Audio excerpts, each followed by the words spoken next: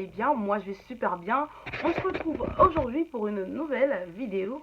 Avant de commencer, et comme vous le savez, je vais vous demander de vous abonner, d'activer la cloche de notification, de commenter, de partager le contenu, mais surtout de mettre un petit pouce bleu. Ça booste, ça fait plaisir et c'est très encourageant. Je vais insister sur le fait d'activer la cloche de notification parce que quand vous l'activez, ça vous permet de recevoir mes notifications naturellement et ça vous met au même niveau d'information que tous les abonnés, on va dire, parce qu'on est là, on est une famille, on est une communauté, on est censé être au même niveau d'information. Du coup, même si vous êtes absent, lorsque la notification elle sera dans votre fil d'actualité, vous verrez tout simplement que j'ai publié une vidéo et vous pourrez vous mettre à jour au fur et à mesure. J'ai super aimé le fait qu'il y ait de l'interaction entre vous. J'aime beaucoup le fait que vous puissiez participer à ce que je poste dans le volet communauté. C'est très bien que vous puissiez commenter, c'est très bien que vous puissiez chercher des duos, des binômes, des personnes qui vont aller tout simplement dans les mêmes villes que vous, dans les mêmes niveaux que vous. Pourquoi pas, c'est vraiment ça peut vraiment vous aider beaucoup. Alors, dans cette tenue et aujourd'hui, je vais filmer deux vidéos. Je me demandais quelle est la vidéo que je vais poster aujourd'hui. J'ai beaucoup réfléchi, je me suis dit qu'en ce moment c'est trop sérieux, en ce moment on est stressé, en ce moment on sait pas trop qu'est-ce qui va être décidé, des rumeurs sont en train de courir, les gens ils ont envie d'être découragés, les gens ils ont peur. Du coup je me suis dit, vas-y fais une vidéo assez drôle ou bien fais une vidéo qui aura vraiment beaucoup d'engouement, qui va vraiment leur remettre le peps, qui va vraiment leur dire allez-y, boostez-vous et tout. C'est pour ça que j'ai choisi de poster aujourd'hui la story time de mon arrivée en France. Cette vidéo a été super attendue, que je raconte un peu mon arrivée en France. Vous savez, on est nombreux en France, on arrive tous d'une manière différente. On est nombreux en France, on peut vous expliquer notre première fois ici, mais il y aura toujours de la différence, il y aura toujours quelque chose à apporter. Du coup, j'espère que mon histoire à moi va vous intéresser et que vous allez aller jusqu'à la fin de la vidéo. Je pense que je vais essayer de la faire courte, mais si c'est super long, je vais la faire en deux parties parce que j'ai beaucoup de choses à raconter. C'était vraiment super fun, c'était vraiment super cool. Voilà quoi, tu veux aller en France, ton rêve il se réalise tout simplement.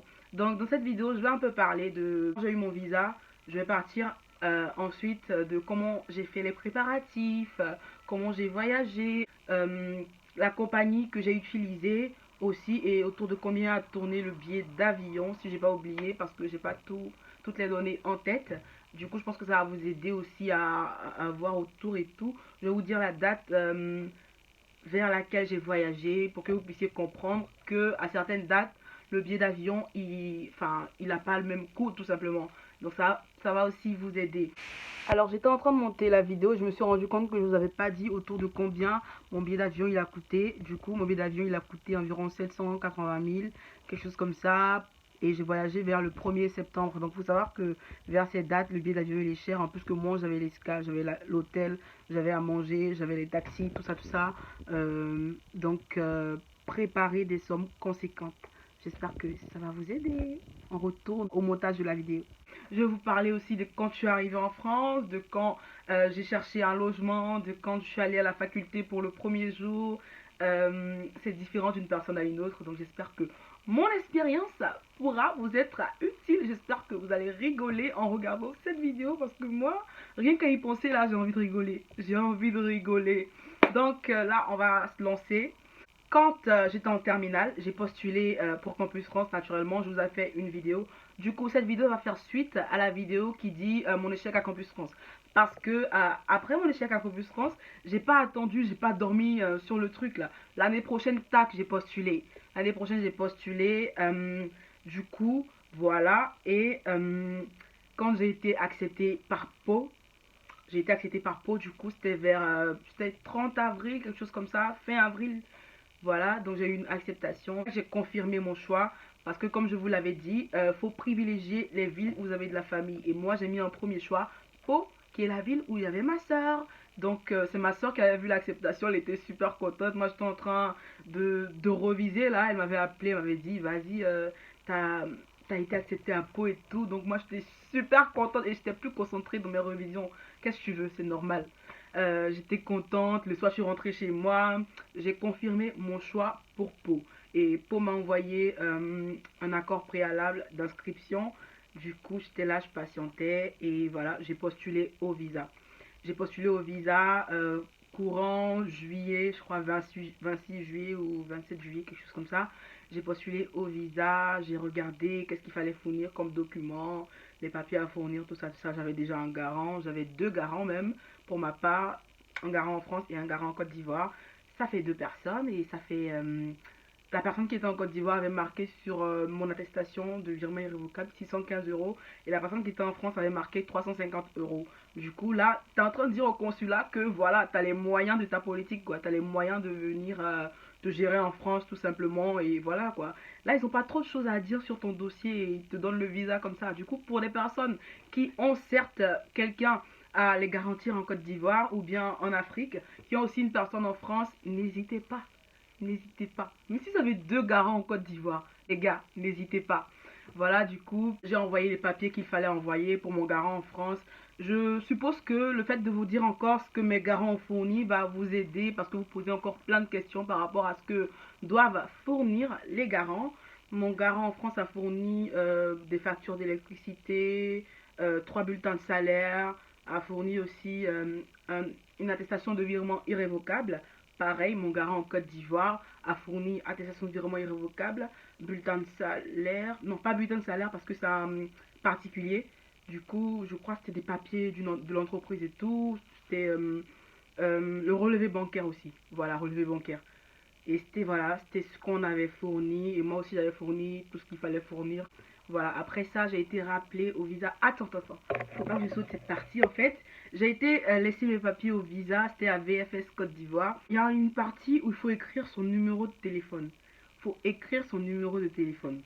En plus de ça, il faut donner son adresse mail parce qu'ils vont vous informer par mail et par téléphone. Et figurez-vous que je m'étais trompée sur mon numéro de téléphone.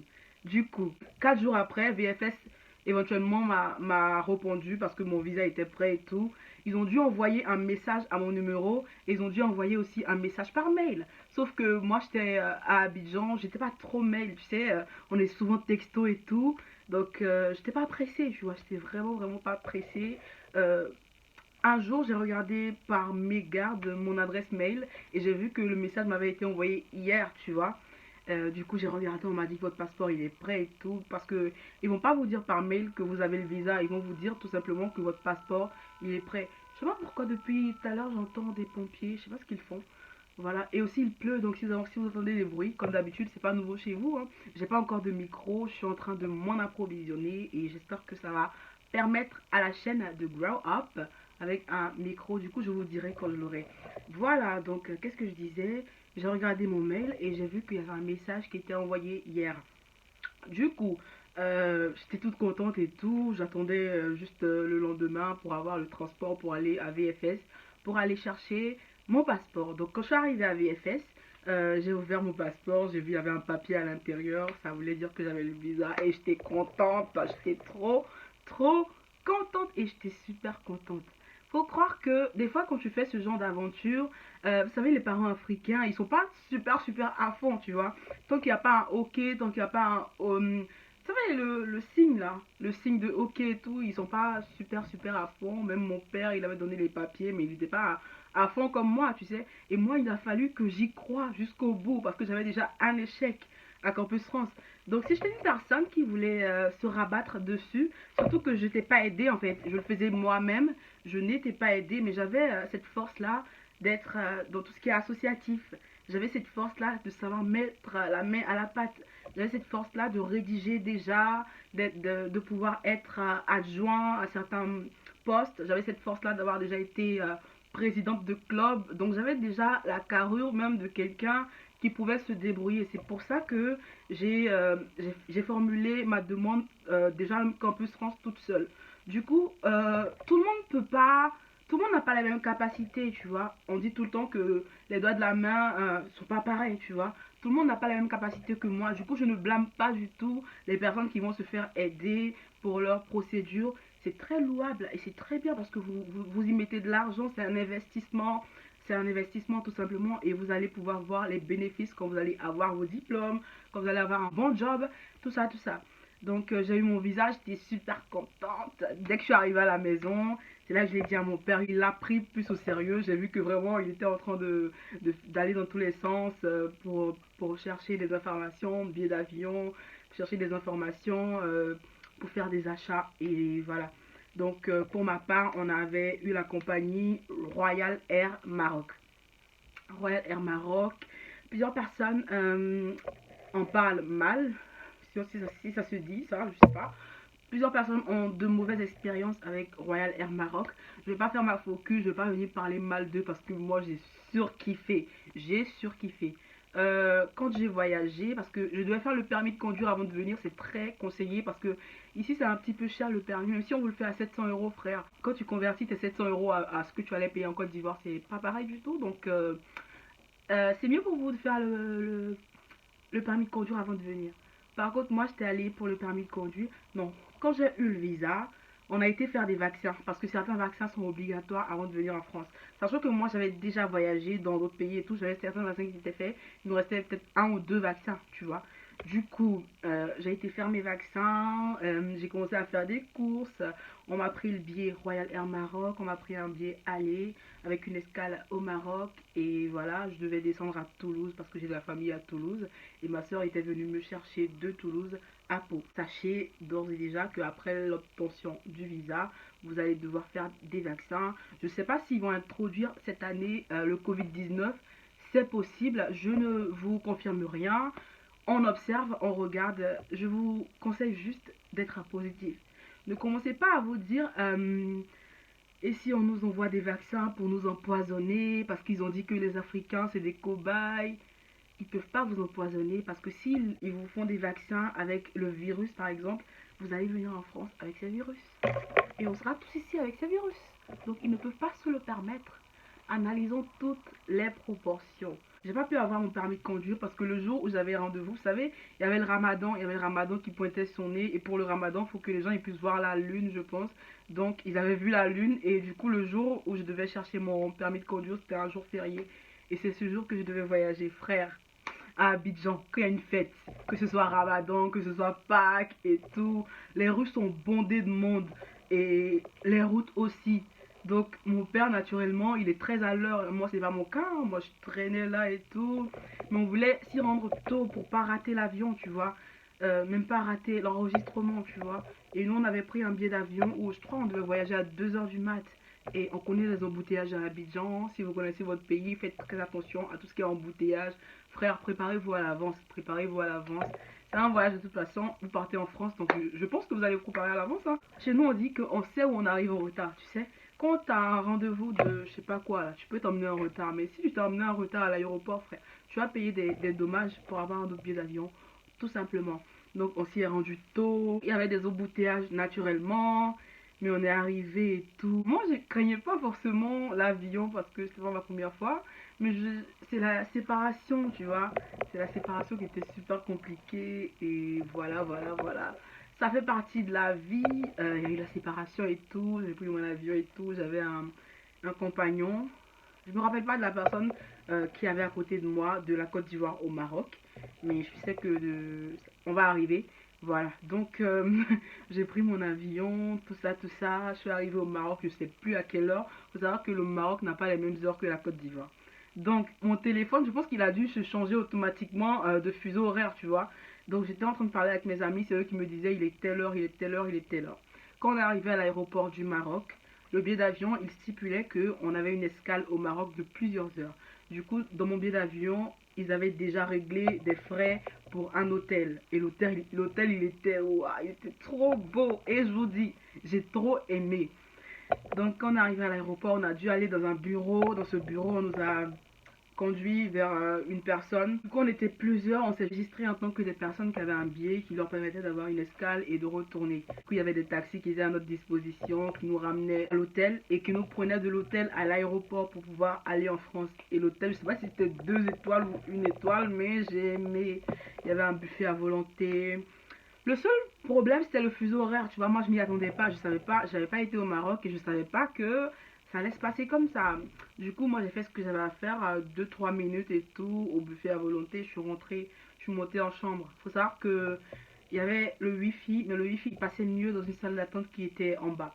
Donc c'est dans la salle d'attente qu'on devait se regrouper pour pouvoir prendre un taxi et nous ramener à l'aéroport pour pouvoir se rendre en France.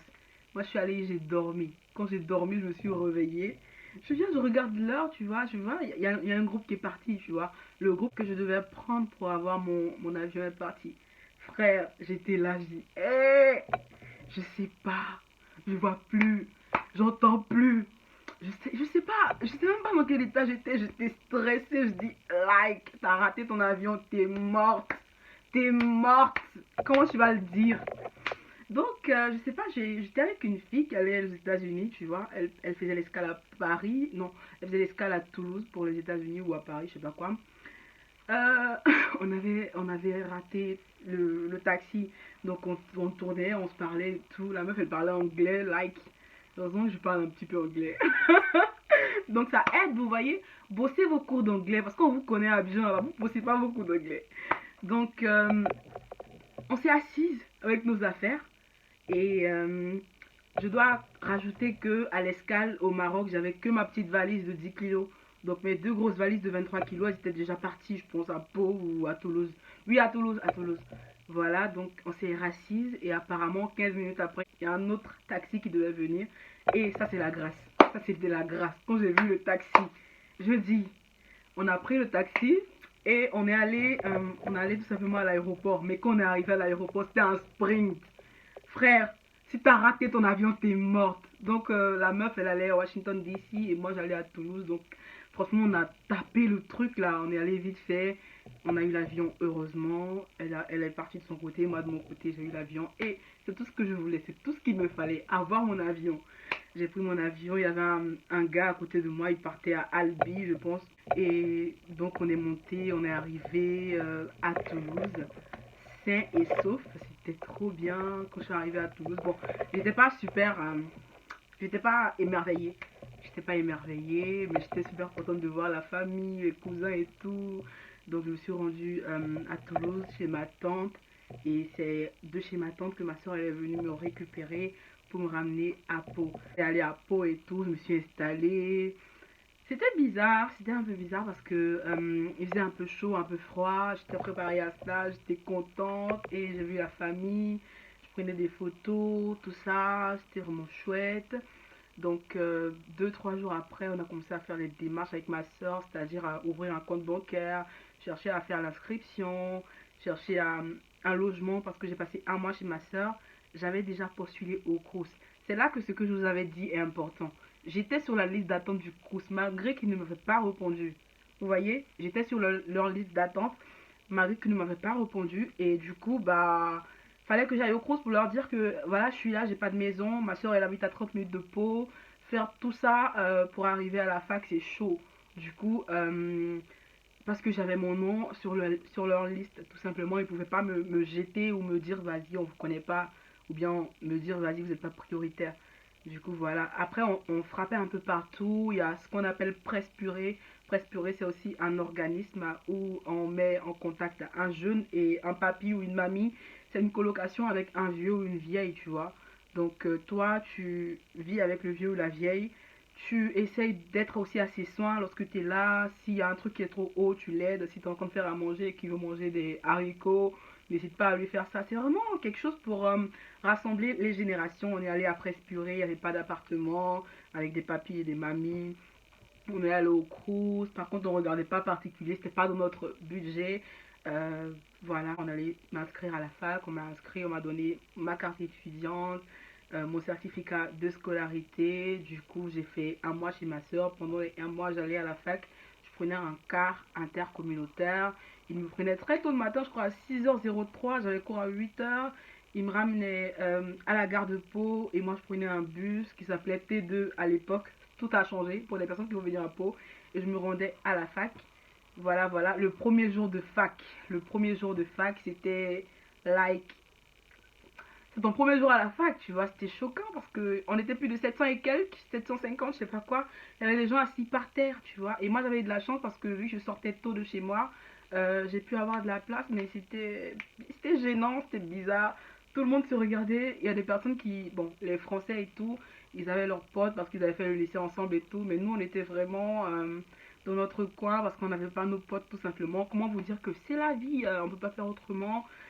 C'est à nous vraiment de faire des liens, de se rapprocher des autres et par la force des choses, voilà, moi j'ai pu me rapprocher des personnes et j'ai vraiment eu des gens à qui parler, tout ça, tout ça. Donc je vais m'arrêter là, le premier jour de fac. J'espère que cette vidéo vous aura été utile. J'espère que cette vidéo va vous faire rigoler aussi comme elle a pu me faire rigoler. Il y a des premiers jours qui sont mieux, il y a des premiers jours qui sont pires, mais ceci est mon histoire. J'espère que ça vous sera utile, j'espère que ça va vous changer un peu du stress habituel. D'ici là, on se dit à bientôt pour une nouvelle vidéo. Ciao!